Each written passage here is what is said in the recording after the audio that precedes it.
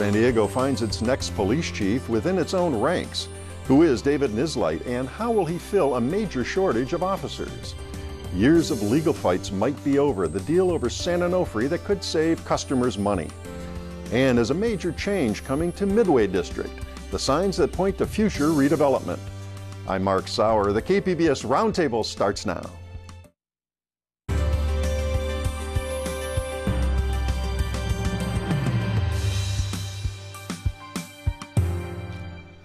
Welcome to our discussion of the week's top stories. I'm Mark Sauer, and joining me at the KPBS Roundtable today, David Garrick, reporter at the San Diego Union Tribune, and Matt Hall, editorial and opinion director at the Union Tribune, Allison St. John, North County Bureau reporter for KPBS News, and Lynn Walsh, a freelance journalist for Voice of San Diego. Well, as Dorothy said, there's no place like home. A nationwide search for a new police chief ended at police headquarters downtown. Assistant Chief David Nisleit has been tapped by Mayor Kevin Faulconer to take the reins from Shelley Zimmerman, who's retiring in March. So David, give us a thumbnail of the new chief. One of the impressive facts is he's a serious marathon runner. That's true. He's run 18 marathons, and he ran good enough times to qualify for Boston twice, and New York and Chicago, so he's a serious guy. Well, he's fit then. Yeah, apparently his goal was a 3-hour marathon, and he came close a couple times. 3:05, I think, was his best time. So marathoners will know that's impressive. That's impressive to me, 18. He comes from a law enforcement family. His uncle was a police officer in Wisconsin. More importantly, his father was a captain for San Diego PD, 35-year career that ended around 1999. And he obviously has had a 30-year career himself. He's the first one to rise to chief. And his son just graduated from the police academy about 3 months ago and is now a beat cop. Okay. So the new chief, if he is ultimately approved, we'll get to that in a minute, David Nisleit, he has a main priority. What's his focus here? It's the police departments and the city councils and the mayor's priority. It's filling a rash of vacancies in the police department. There's about 200 vacancies. They're supposed to have about 2,000 officers, and they only have about 1,800. And it's been a chronic problem for 4 or 5 years. Okay. And we've got a bite here from Chief Nisleit on how he plans to accomplish that. Let's hear that. We're going to be working, trying to find a marketing firm that's going to really help us, for better terms, brand the San Diego Police Department. I really want to focus on diversity. I took a hard look at the numbers, how we compare to census, how we compare to census on our department per se, and I want to improve that. We need to make some improvements, and we're going to have a very robust recruiting phase in some of our minority communities, more south of the 8. We're going to focus on some junior colleges and focus on the military. All right, Allison? It seems like, is this really still going to be a problem for him? I remember like 10 years ago covering the city that they were saying there were 200 policemen short. So we're still there, and they've just had an enormous raise, and if that's not going to do it, what will? Certainly I think the raise is going to be the key part of it. But again, remember, the raise is phased in over about 3 or 4 years. So even though it's a 25 to 30% raise, it's 30% maximum, 25% minimum. It's phased in over time, but that's why they're doing a national recruiting search, which they've never really done before. The city hasn't. They're increasing the size of the police academies, so if they do get the folks in, they can get them trained faster and get them out on the street faster. And for the first time that I remember, they're doing signing bonuses to get lateral transfers. So if you're at Carlsbad PD and you're thinking of coming to San Diego, in addition to this nice salary, you're also going to get a signing bonus for switching. And one thing that always surprised me was you could go through the academy and then you could leave again, like within a year, why don't they say if you come through the city's academy, you have to at least serve for a certain amount of time? It's a great idea. I'm not sure what the reasoning is in not doing that, but they have not done that. Mm. Now, Matt, your editorial in the UT gave kudos to outgoing Chief Shelley Zimmerman. Talk about the department she inherited and the one that this new chief will have. Totally different. I mean, it's literally night and day. 4 years ago, when she came in, Williams Lansdowne was on his last year of a pretty rare 10-year stint with the department. And towards the end, there were a lot of cases of police misconduct, I think 17 in a 5-year span that includes Shelley's first year. So that was a big issue. The money that we talked about made the morale at the department really, really low. And the misconduct, those were some serious cases. I mean, everyone's talking about Me Too now, but you just had the council, I think, make a $250,000 payment in October that ended up tallying $10 million for just 2 cases to settle all the victims for 2 cases. Yeah, there were some shocking cases there at the time. And so I asked that of the potential incoming chief yesterday. He says they take discipline seriously. They're not going to stand for it.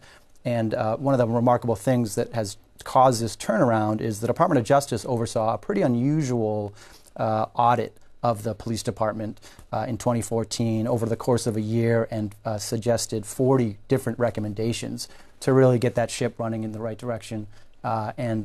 They've phased all those in. One of them is allows officers to track their behavior before they elevate to misconduct. So they are well aware that that's an issue. And that's not the only issue they face. Now, they do have some problems. I mean, they just had this SDSU research that showed racial profiling during traffic stops. And again, the chief, as you heard in the clip, talked about diversity of his force, and he also talked about getting out in the community so that that doesn't become an issue. They're acknowledging it. They need to stay aware of that issue.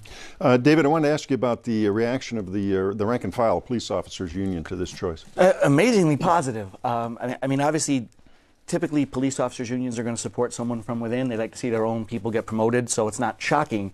But I mean, the kind of things that the president of the police officers union said he was a cop's cop, said he had gotten his hands dirty, said he was a good leader, that guys liked to work under him because he always knew what you were going to get. You know, he was a straight shooter, he was accountable. I mean, said some, it was not just yay, it was very detailed yay. Even a sense of humor. A lot of reasons, yeah. But I think that was actually in response to a question, because he has his reputation as sort of a straight shooter and maybe not having a sense of humor. And he said, yeah, he's a funny guy, but he's a serious guy. You know, he gets down to business. He's not going to be goofing around. I mean, he's going to be a taskmaster. Now, we did have another bite here. The designated chief, the appointee, says, you know, he understands that it's a whole different department, as Matt was saying, from 4 years ago. Let's hear that one.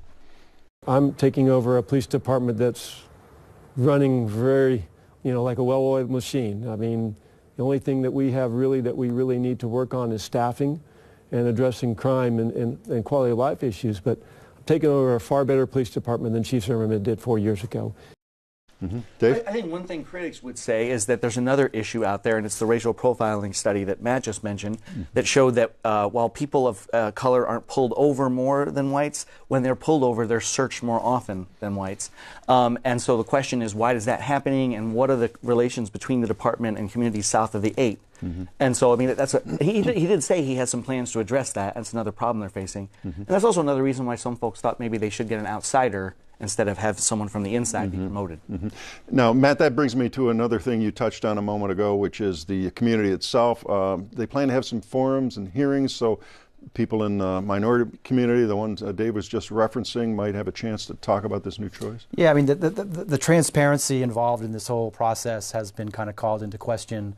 There was a community panel of 22 people, and we didn't get the names of that panel until yesterday. Now, the names on that panel are people who have been in this town a long time, of good standing, and a broad cross section of people. Super broad cross section, and I think, you know, people would have been pleased to see those names earlier. But I think now they almost feel compelled to do this. I think Myrtle Cole, the council president, has said there's going to be 2 hearings before their confirmation vote, where the public can come in, and I think importantly get a chance to ask questions. And make sure that this choice is, not that they're going to change, I think this choice is clearly that the council, I think, the mayor has the votes on the council. But I think just that conversation is what he talked about yesterday and what needs to be done. And when is the, go ahead. Well, it's supposed to be sometime this month. They haven't set a date. Vote, yeah. But I think some folks would say that points highlights the problem, because if you'd had those questions asked of a trio of candidates, then the people could have weighed who answered the questions the best. But now, because it's just a yay or nay on one person, it's kind of like you're asking the questions, but is it really going to come to anything? All right. Allison? Well, just the real question is, did Zimmerman actually solve the problems, or is there really a need for someone with a diversity issue? And now there isn't really an opportunity for the community to choose between, like, a candidate that might make that their focus. A few seconds left in this segment. Salary for the new chief? $205,000, which is $30,000 more than Shelley makes. But Shelley is going to do pretty well for her tenure here. Do quite well, yeah. You guys had a story today. A unique program called Drop, and it was when they were short people and there were folks who were retiring. They said, hey, you can get your pension, but you can still continue to work for 5 years and get a salary. Can't touch the pension; it'll accumulate in an account.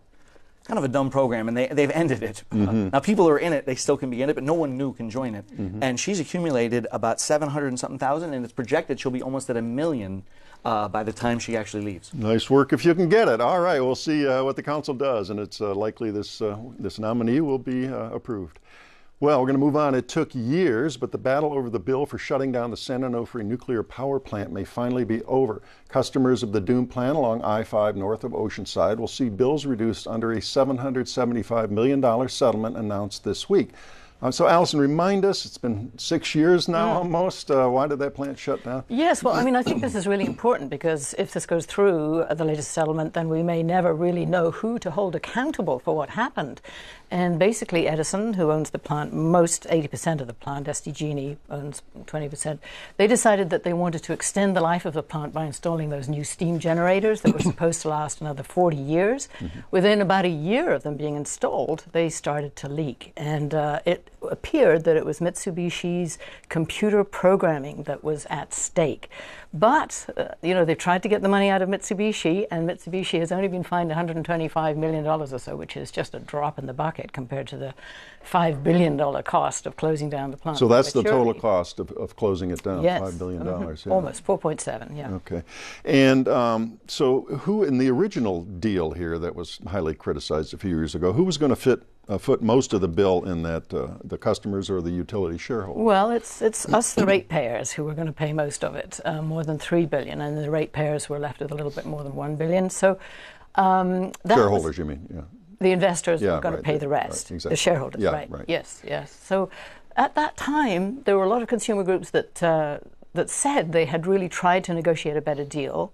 Turn up in San Francisco, they signed off on it, and it seemed like this is the best deal that we could get. But the shareholders seemed to be getting off light, and Mike Aguirre and a bunch of other consumer advocate groups decided to go back to court and see what else they could get. So this was like turning the screw a little bit further and getting another between $700 and $800 million that the ratepayers, us, will not have to pay from now on to that $4.7 billion cost of closing it down. And so the average cost, I mean, what are you going to save in a household? I've seen different estimates, and I've asked several people, and no one seems to be quite clear, somewhere between $68 and $120 over the next 4 years. That probably depends on what size your electric bill is, if you're a large consumer or a small one. So not a lot of money. Is this more a symbolic victory to say, look, you can't squeeze us for all of this? Yeah, it is quite a bit of money, but I think some people are claiming that really this is not a victory at all, that the ratepayers should not have been stuck with any of the bill because it was not their fault that this mistake, these steam generators were installed. Whose fault was it? It wasn't the ratepayers. Why should they have to cover that? So I don't think that there's going to be a continuation of this. This should be the end of it, depending on if the Public Utilities Commission approves it. But there will still be some people who are very dissatisfied with how the whole thing went down. It feels like a win to me. In California, we have the Public Utilities Commission, right, that routinely takes what utilities are telling it and gives them wins. This is the little guy getting not an insignificant sum of money. I mean, we're talking $775 million. Getting that back, and we would have had to pay that otherwise. Sure, individually, it's only $120 or so over 4 years, but collectively, it is a W. And I'm, for one, I'm pretty stoked that Mike Aguirre and Maria Severson. Yes, Allison, that was commendable. Yeah, Allison, tell us about the attorneys who sued on behalf of the consumers. So Mike Aguirre, who you may remember as the former city attorney. Sure. Who could forget? And if there's one thing he's determined. So I think his determination really paid off here. He worked without getting any recompense for several years here. There were half a dozen other organizations, including Turn again and John Giesman of the Alliance for Nuclear Responsibility, who were also part of the suit. But Aguirre has now gotten $5 million, and that means some of his critics say, well, he settled and he got $5 million. But the rest of us got between $700 and $800 million. Right, so right. I have to say, I think that it's commendable that they persevered. And what do the attorneys say at this point? We could have ended up with a lot less if we didn't. This was the best deal that was going to be there, right? Yes. I mean, if you look at it, the ratepayers are still ending up paying about half of that shutdown. And that shutdown, somebody somewhere along the line, and I know there were some emails. I think that if the investigation went further, you might be able to get closer to who it was that ignored the warnings from the engineers and said, yes, let's go ahead with these new steam generators because they're going to generate more power for less money, so it will benefit our bottom line. So let's just go for it, and we won't ask for a new license from the NRC. We'll tell them it was just the same kind of steam generators as before. Right. And actually they weren't. They were different, and they failed. And they probably should have been looked at and scrutinized by the federal government at the time. Right, But that and wasn't we've required. ended up with half of the bill. But is your point there that the investors took a risk, and so they should be on the hook for the failure of that risk to pay off? Well, some people suggest that Edison should perhaps be forced into bankruptcy and split up into, I mean, that's a very dramatic idea, but public utilities have a lot of protections. And what's Edison's response to this settlement? well, they're saying, this is a fair settlement to all concerned, and, it puts an end to a lot of legal questions, so I think they're quite happy with it. And when you think about it, it's in the CPUC's interests to approve it too, because they are also under scrutiny as a result of that meeting that the Union Tribune uncovered in Poland, Warsaw. Right, there was some mischief and some intrigue along the way in this whole tale. Yes, well, Jeff McDonald of the UT discovered that they had met secretly, ex-party communications, they never revealed that they had met in Poland, and the head of the PUC at the time, Michael Peavy, had made notes kind of on the back of an envelope or a napkin, which were basically the details of the ultimate negotiation that ended up with the settlement, with most of the costs going to the ratepayers. It's a pretty swanky hotel that they met at in Warsaw. And kudos to Jeff for really being dog. I mean, it's going to sound biased coming from someone who works for the Union Tribune, but he did a hell of a job. No, we've had him on the show several times talking about that, and it was some great reporting, some great old that has shoe leather. To take some credit for that $700 million, I think. Yeah, I was going to say, it makes a subscription to the Union Tribune sound pretty affordable. Well, before we leave this topic, I did want to talk a little bit about nuclear waste at the site. What's happening regarding that? Well, let's face it, $6,800 more in our wallets in the future is not that big a deal when you consider the fact that our whole future might be threatened, not in our lifetimes, but possibly in future years, by the fact that there is a lot of radioactive spent fuel now being stored on site at San Onofre. And no great solution for what to do with all that, right? No, the federal government is responsible. They have not made a decision. We all know what the federal government is focusing on at the moment, and it's not spent fuel. So Maybe they can put a wall around it. Edison is actually just this week began the process of transferring the spent fuel from the cooling ponds into the dry cask storage, which is underground storage, 100 feet from the ocean. Everybody, even Edison, admits that this is a terrible place to store it. But there is nowhere else for it to go as yet. So, who knows what will happen in the future with that site and with that nuclear waste. Including Mike Aguirre. More stories to do on that. Well, fascinating stuff. San Diego's Midway District is anchored by a careworn sports arena, and it's home to a few thousand apartment dwellers and an eclectic collection of businesses. But the area, where the city owns about 165 acres of land, could change dramatically in the next several years. And that has developers kind of licking their chops. Lynn, explain, why is there speculation now? What are some of the signs that maybe redevelopment's on the horizon? So what you have is you have two things there. You have, redevelopment I think absolutely is going to come. There is a community plan currently that is almost going on the way to approval. They hope to get this approved, the city does, and approved by City Council by summer. And that is going to hopefully, if ideally, what they would like to see is increase residential population by more than quadruple, up from 4,600 residents to more than 27,000. So a lot of new housing. A lot of new housing. They're going to do some zoning changes. So that's one thing. Redevelopment is absolutely coming to this sports arena Midway District area. The other thing, though, that's interesting is the city owns about 100 acres in that area, so a big chunk of land, and it's right there in the center. Yeah, give us a little fix on that so folks have it in their mind. How many blocks does the city own, and where is it? I mean, the name kind of describes it. Right, so basically if you look straight on at Valley View Center Arena, you're looking at the parking lot. Chick-fil-A in front of it, you go to the left where Phil's Barbecue is. Go to the left more, there's a senior community. There also are some apartments to the left, so that's that area. From looking at Valley View to the right, then you have Pier 1 Imports, Dixie Line Lumber. So that's the big chunk, that city-owned land that sits right there in the center. Sports Arena Boulevard. All there, right along Sports Arena Boulevard. Is it as big as the Mission Valley site, or is it considerably smaller? Do you know? I'm not sure how that compares. Yeah, I think it's very similar. I think it's almost identical. That can be up to like 250 if you add in the river park next to it and all that. And there's stuff. a floodplain issue there so too. It's a bit smaller, but it's significant. Yeah, right. So significant. So everyone's familiar with the Valley View Casino Center, as you just referenced here, and the minor league Gulls play there. There's concerts and other events, but The rest of this is just kind of, as I said, this eclectic, collection of businesses and all, and many of the leases are up in a few short years, right? Yeah, so what you have of those 100 acres, you have half of it basically expiring right now, set to expire. They're not going to renew past May of 2020. So that includes Valley View Center, that includes that parking lot, that includes Pier 1, Dixie Line Lumber, where the Salvation Army sits. Right now, the city has confirmed that they are in current negotiations to extend just the Valley View site and that parking lot to potentially extend it 5 to 7 years. So that was something that came out here recently. Now, if that will happen, we're not sure. So if that happens, that could be 2025, 2027. But right now, there's, close to 50 acres that's going to expire in 2020. And now what could happen there? That's kind of all up for grabs. In a normal kind of city bidding process, they would have to, a lease agreement would be approved by city council. Now, there also, on top of this, there is a survey going around asking people if they would want a ballot initiative for a new arena. And yes, another potential new arena. So that was something that came out of this too. And what we are learning is the city says they're not behind it. We're actually not sure exactly who is commissioning that survey. But why a ballot initiative would be needed to bring in an arena is that to build a new arena, you would have to go above the height restrictions that are currently there.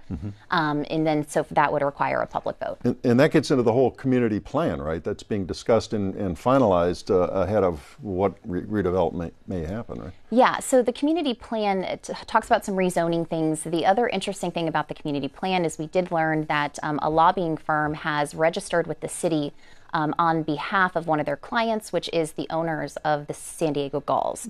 Specifically, what that lobbying firm has said is that the Gulls owners are interested in approval of the community plan, specifically increasing height requirements. So that kind of gives you some hints as to potentially maybe that they would be interested maybe in a new arena. Talking to Gulls communications manager, he has said that the Gulls want to stay. They don't want to leave. They want their fans to know they're here for the long term. There's been a lot of history with AHL hockey and professional hockey in San Diego coming and going, but they really want to stay here, whether that's a new arena or extending the lease. Now that raises a bunch of questions, David. Well, I was just going to say maybe a little off point there, but does it seem like it's a quid pro quo deal where like the developer's going to be allowed to build a lot of housing and make a lot of money off that, and then maybe build an arena with the revenue from that? I mean, is that the thought? It's going to be a big package? So I haven't seen anything kind of close to that at all. I know kind of the only thing the city will say from the specifics of their almost 50 acres of land is that they are, kind of doing this. They support the community plan. So to me, from a city perspective, it seems they want this community plan to go through. They have 100 acres at stake there, and in order to develop all that land to go with the vision of the community plan, they were going to have to do something different than what's currently there, whether that's housing. The Soccer City plan, it was a similar dynamic where you build the housing, that's where you get your money to build the arena. The arena is like a loss, but you get the revenue from the housing to cover it. So there hasn't been any talk of that, but you never know. You need a team to populate an arena before we start talking well, about that's that. it. I mean, if you're going through this with Qualcomm Stadium and the Chargers. Exactly, and that's a major league team. I mean, I'm a hockey fan. I play hockey. I love hockey. I go see the Gulls. But let's face it, they're a minor league team here. I mean, we're talking about getting an NHL expansion franchise here or NBA coming back here. Talking about that at this point. No, I mean, they just expanded that league. But I mean, when you look at it, though, the owners of the Gulls are the Anaheim. So that's, right. I mean, you never know if there's, if they're the ones that are lobbying, they've hired a lobbyist to, they obviously have a stake here with what's currently, but they seem to want more of a stake for the future. So is there potential of a connection to bring more here? I don't know. Timing is super interesting to me because the lease is expiring in May 2020, put that smack dab in the middle of a mayoral election, and so that will become part of that campaign. And look, the sports arena, obviously not its name now, has a ton of history, man. Led Zeppelin played there. Ken Norton, Bruce Springsteen, split decision. Muhammad Ali. Oh yeah, the broken jaw. I mean, that building has a lot of history and a lot of use. Yeah. Magic Johnson's very first NBA game. We didn't say it was all positive history. Swap meetings out there. Lots of people go there. Right? That's but I think to David's point, 100 acres versus 50 acres, they need to square that out. As a major project, because kind of piecemealing it isn't going to help anyone. Well, and just really quick, the other 50 acres, they expire anywhere from one expires in 2018. That's the Pier 1 lot, and the city has said that Pier 1 was not interested in renewing till to 2020. But then the rest of that some don't expire till 2057. I mean, that's a huge, and a lot of those, that's the apartment, the senior living community is a little later too. But you're talking about a long span of a lot of years. So if the developer wants to come in there. This could be a long transition area where places are kind of closed, boarded up, or knocked down, and they kind of sit there while you're waiting for other parts of it to redevelop? Potentially, you could see that, or you could see development on, some of the land, specifically the Valley View. Let's assume that, if the lease doesn't get extended 5 to 7 years, you have just the Chick-fil-A, the Chili's, and the Arco just right in front of that. That lease still has at least 5, I think close to 10 years in addition to the 2020. So you kind of have that land that's maybe not touchable, but then the back being developed. So yeah, it's really interesting. It is very piecemeal. All right, a couple seconds left. The first thing is to get this community plan. What's the timetable on that? Get that so approved. The city is right now actually, bringing in and asking for feedback to it. They hope that to then move forward to answer some of those questions that people have, would then ask for approval from council in the summer. All right. And then the next big question is, will the city agree to the lease extension? All right, well, we'll see how that goes. And that does wrap up another week of stories at the KPBS Roundtable. I'd like to thank David Garrick and Matt Hall of the Union Tribune, Allison St. John of KPBS, and Lynn Walsh of Voice of San Diego for joining me. A reminder, all the stories we discussed today available on our website, kpbs.org. I'm Mark Sauer. Thanks for joining us today on the Roundtable.